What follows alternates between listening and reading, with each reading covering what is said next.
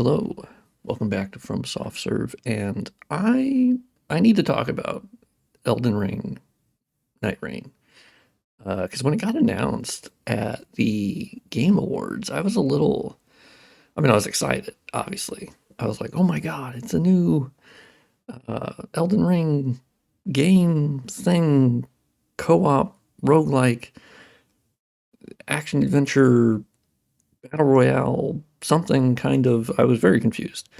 My main concern was actually that it was like an in-house Bandai Namco thing, and they were basically using the Elden Ring IP uh, to kind of remix it and make it whatever they want. But I figured it was like a separate team within Bandai Namco, but and not FromSoft themselves. I was happily wrong about this, which we learned before the network test of like the actual director who had worked on a lot of the gameplay of Elden Ring, I think Sekiro, I think worked on a lot of the FromSoft games. And so he's the director of this. And so I was like, okay, in-house FromSoft, they're going to get weird with it. And yeah, happy to report. I played for me, it was 5 a.m. And then the next one was at 7 p.m. my time, or 9 p.m. That same day. So my sleep schedule completely busted. And after playing those two sessions, uh, I've come away impressed. And like initially when I was playing it, because I should back up a little bit that I'm not a giant multiplayer kind of guy. Just not. I think people could probably sense that about me. I'm kind of a lone wolf kind of guy, and I like playing the Souls games just solo. I don't really tend to summon or do multiplayer really, and commonly I'll just play the games like offline, right? And so, it may be Elden Ring related, but it's not necessarily my cup of tea. And then as for like roguelikes and roguelites, I also just don't have a lot of experience with that. So I was pretty neutral on that. And so I wasn't really sure if I was going to like it. And initially I kind of didn't. I played my first match because on Xbox they didn't really seem to have an issue with the servers, but PlayStation did on the first one. And it was with randoms, and initially I was just so ungodly overwhelmed. Like when I got in and I was like, okay, I got this weapon, okay, cool. And then almost immediately stuff starts dropping. You can open crates and items will spill out. There'll be three of them, four of them, and you're starting to look at them, and then they all have passives, and then you can hold six weapons, and so then you're like, okay, cool. And then the passives you get on the weapons that you're not even actually like using or in your hands, right? So it's still important to look at them. And so I was looking at that, looking at the new item, looking at the items I had, comparing the different passive abilities to see if it was something that would be part of my build. Like I was excluding magic related stuff because I was like, I'm not a magic character. Because they have Birdman. I'm not going to use their actual names because I don't remember, but there's Birdman and there's Hookshot Guy, and then there's Lady Maria, and then there's Mage Lady. And I played as mostly the Lady Maria character. Well, I would say 50-50 between that and Birdman. And then somewhere in there, I played the Hookshot Guy. But Birdman has a special ability where he flies up in the air and then he pile drives God himself, and then can like have a force field to keep your friends from getting damaged. And then Lady Maria has a crazy ability of like redoing the damage that the enemy just faced within a certain period of time. And so you hit that like little time button, and then you can make you and your friends invisible, and that's really cool.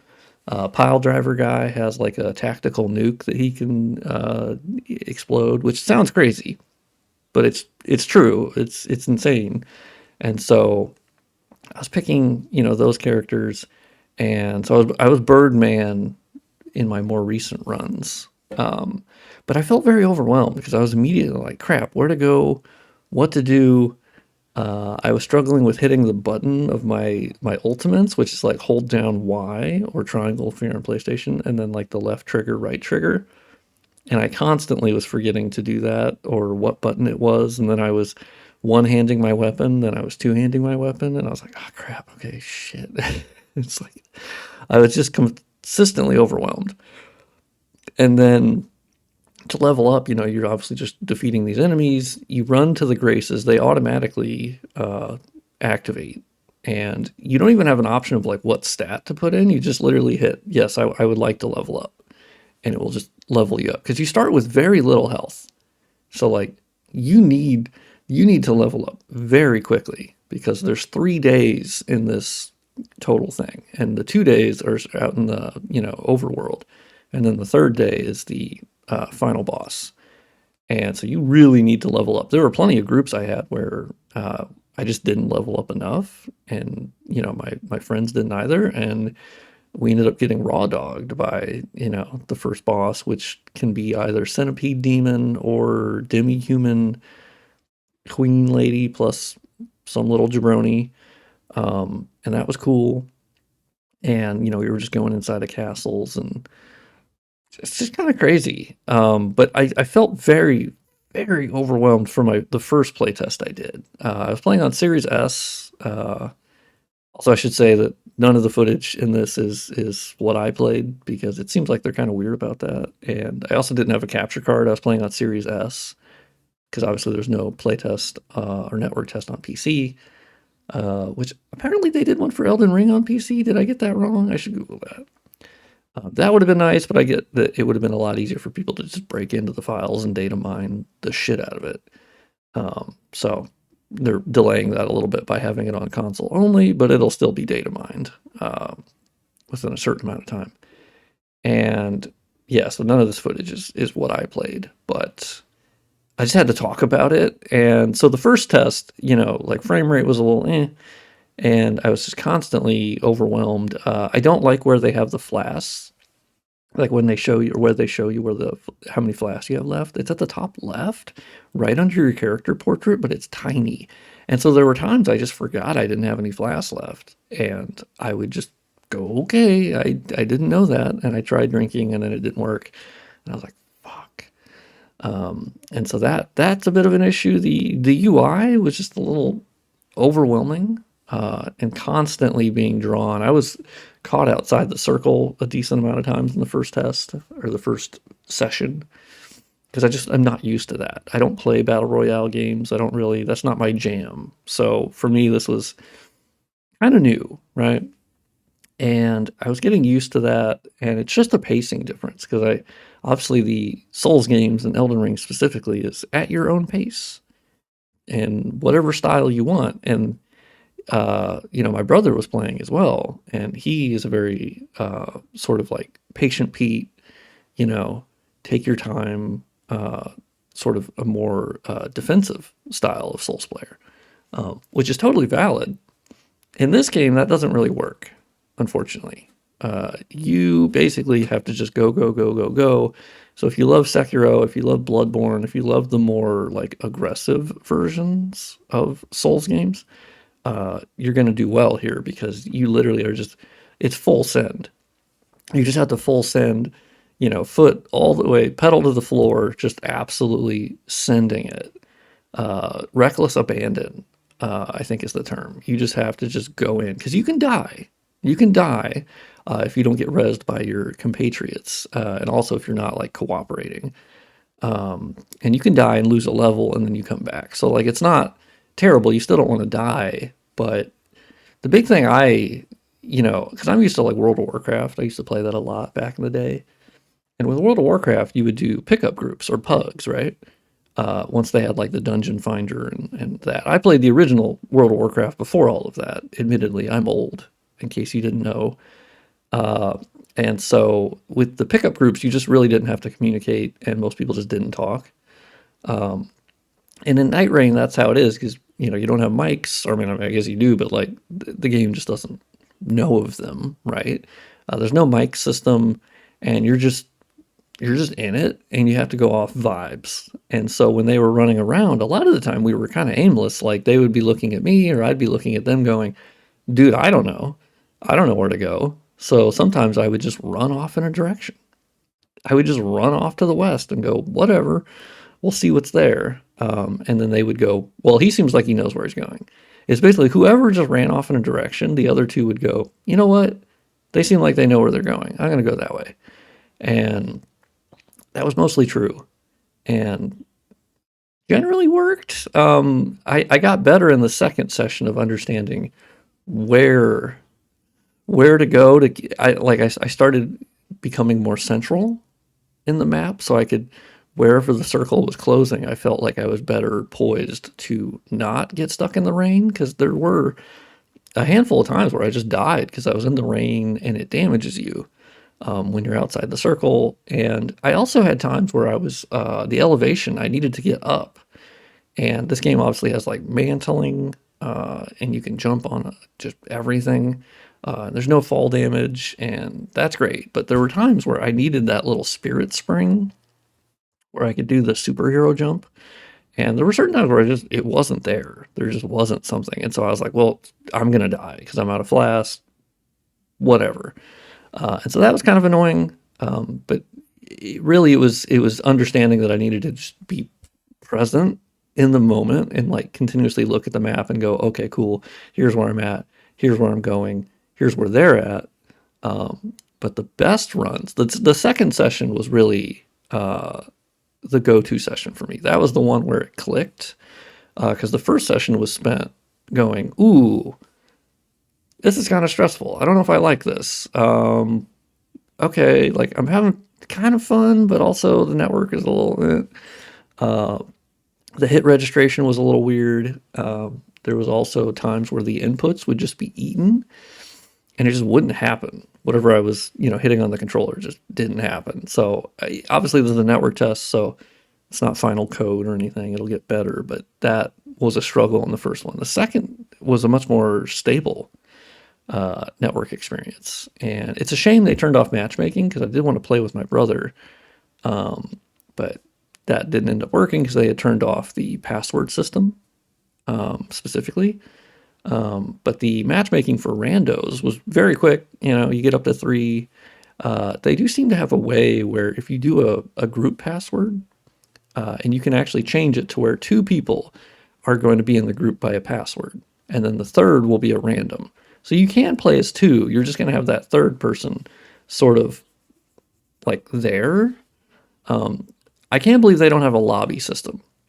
I hope for the final game they have an actual group lobby system before you embark, because the way that it seems like it works is awful. Where my brother and I were like, oh, okay, we set the same password. Cool. We changed the little slider to 2 people will have passwords, so the third will be random. Cool, got it. And this is before I knew they turned off the password system for the second session. And then we were like, okay, do we need to be in an Xbox party? I don't think so. It's just the password. So do you hit embark? Do you hit the button? Then I hit the button? Do we time the button at the same time? Like what are we doing? We need a lobby system. There has to be a lobby system where you can say, you're in my party, and then it shows the 2 of you in the party. It's as simple as that. Like, that is how you should do it. And then the person is the group leader is the one who then hits embark. That's how it should work. This, maybe they just didn't have it ready, but God, I hope they have a lobby system. I think that's my biggest complaint, is they absolutely need a lobby system. Not to mention at the end of a game, I think it's a good idea if you had a really good group that you could queue again. Like, that's a classic feature, right? Where you could say, hey, y'all just want to ready up for another one? Because I had really good groups.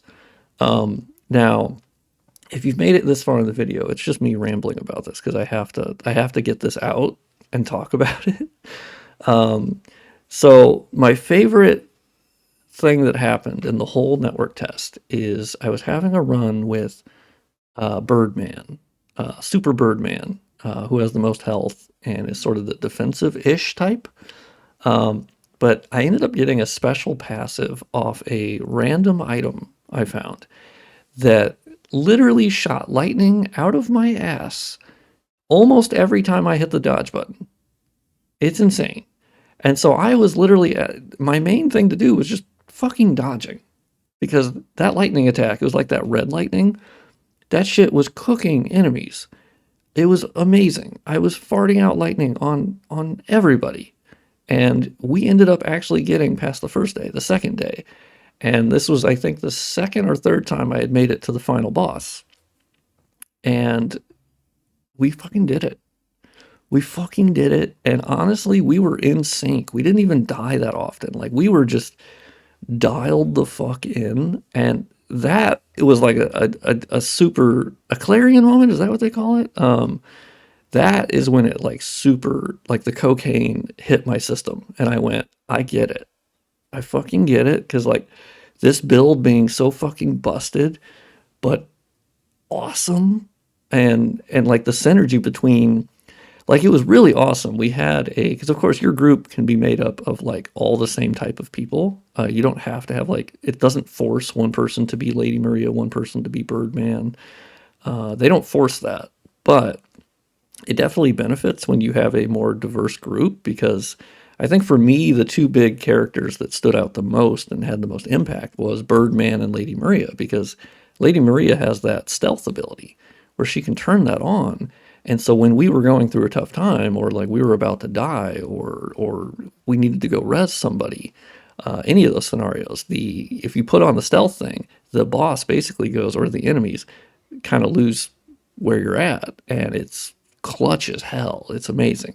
And so that was just absolutely key. Not to mention the Duchess damage ability of like, I think it reflects back whatever damage the enemy has taken through a certain amount of time. Don't quote me on that, but it's an insanely powerful special move that, as Lady Maria, when I was playing as her, I would just do that fairly consistently. You can't just spam it because you need to time it to when the damage, or when the boss has just taken a bunch of damage. So I would consistently do it after I got a bleed proc on them, or someone else had just done their ult, or I had just visceraled them, right? That is when I then did that reflectability to then just pile on the damage, right? And as far as I could tell, that was maybe the right way to use it. And so you had that sort of synergy, and then Birdman had his main like lower move is sort of doing this wind move that kicks him up in the air, right? And so that's really good for crowd control. And you can kind of keep enemies not attacking you. And now you can hit enemies even when they're down, like bosses, when they're down, they no longer have like iframes for that, or like when they're in an animation from getting visceraled. And so like that's really awesome, because obviously in Elden Ring and the games, they tend to like be getting up and you can't hit them, or your friend's doing something and then you can't hit them. And so that was fantastic. And you keep them in the air. And it actually does pretty good damage. But his big bird move where he flies up in the air, and then you can target who you want to pile drive at. But if you hold down the button, it actually provides a protective shield for like 5 seconds or something, or less. And that, stops your friends from taking damage, which is also clutch when you're in a boss battle and you need them to like go res somebody, or, oh shit, she's about to die. Oh God. And so that was so cool to be able to use that at the right time and save it for, I mean, I didn't always save it. Sometimes I was just using it, but there were times where it's like, oh shit, that could really help out. Or if you didn't want to hold it for the force field, you didn't have to. I thought that was brilliant, to where that was an additional thing if you hold it down. I think that could add a lot of variety to the game, with different special moves, because we don't have all the characters. This is like the first 4 for the network test. I did play the mage character once and hated it, because of, I just didn't fully understand it. And you don't have mana flasks, so like as the mage character, once I ran out of mana, you're supposed to use like your ultimate ability to put runes in these circles to then do your special ability and then gain your mana back by attacking enemies, if I understand it correctly. But like that, balancing that, I was like, that is a wavelength of my brain that like I just can't access while all hell is breaking loose. Like, to me, that was too much. I'm not good at multitasking, so I'm sure some people are going to really fuck with it, and I just was like, nah. But also, I'm not a Magic Souls player. I'm just not. There's that joke of like when you start DS3 and they give you the Ashen Estus flask, it's the first thing I fucking chuck into the sky, because I go, get that off my bar. I don't want that. But I know, obviously, Magic users, there's tons of people who really enjoy that. But I was like, I'm kind of predisposed against it, and that held true. But also, something I struggled with too is like with Lady Maria, actually all of them start with low health, but the Mage and Lady Maria start with such low health that almost one hit from an enemy kills you. It's kind of crazy. And so there was one run where I just was consistently dying because I could not gain the XP to get to a grace to level up to level 2, 3, 4, 5, because levels are much different than they are in the actual like Elden Ring or any of the games. In that leveling from 0 to 10 is massive, but doing so in like a Souls game, it'd be like very gradual, right? But here it's like, oh my god, it's life changing, and each level like fucking matters. It's huge. And then the other thing you can do is like you're running around, you'll find a merchant, and you'll be like, oh shit. But I struggled with like, how much time do I spend here? Okay, quickly I look, oh my god, okay, he's got smithing stones, great shit, got it. And they all seem to have a smithing like table next to them. And I also struggle with that sometimes, where they had these in an enemy, in an area with enemies, where we had already defeated the fire chariots or flame chariots or whatever. Which, by the way, pro tip, if you don't know, I was grouping with a lot of people on those flame chariots, which were from the Caelid, right, in the Elden Ring game. And now, because you can mantle and just jump off stuff, you can literally just jump on them and then visceral them in the head and just immediately kill them. So you don't need to kill the driver at the back. You literally just hop, and then boom, it'll have a bespoke animation for it. And you just fucking destroy it. And you can destroy that boss. We always did that because it was so quick and easy, runes. And you also get like a special, once you defeat these mini bosses, you get a special thing that pops up that you can choose between a random selection, like 3 different things of powering up.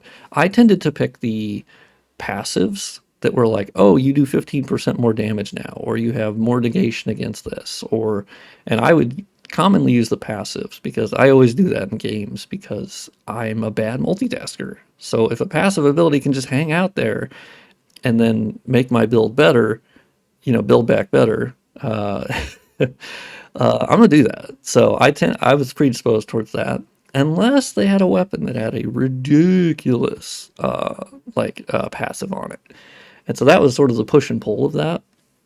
And yeah, so that's just a bunch about the game.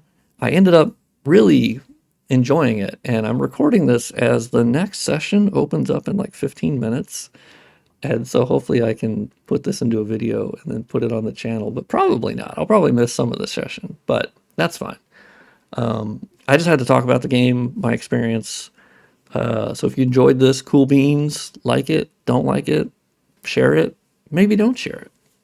Maybe comment how much you disliked it, if you disliked it.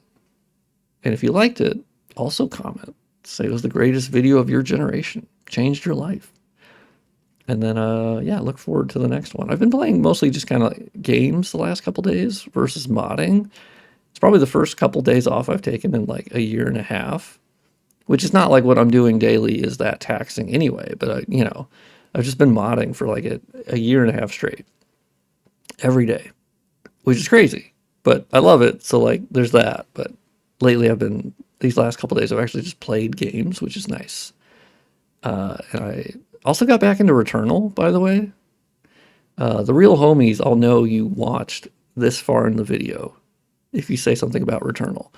That might be one of the GOATs. I'm just going to throw it out there. I made it to the 3rd biome in Returnal. Holy shit, that game fucking rocks. That's one of the greatest games ever made, I think. Like, honestly. And they announced, like, the pseudo-sequel. So that's why I downloaded it again. But it's amazing. So definitely check out Returnal on Steam if you have not. It's also on PlayStation, of course, originally an exclusive. But anyway, thank you for watching. And let me know in the comments. Were you in the network test? Did you have a good time? Did you have a bad time? Did you have a meh? Were you whelmed? What was your main? Lady Maria, Birdman, or Falcon Man, I don't know. But anyway, thank you for watching, and I will see you on the next one.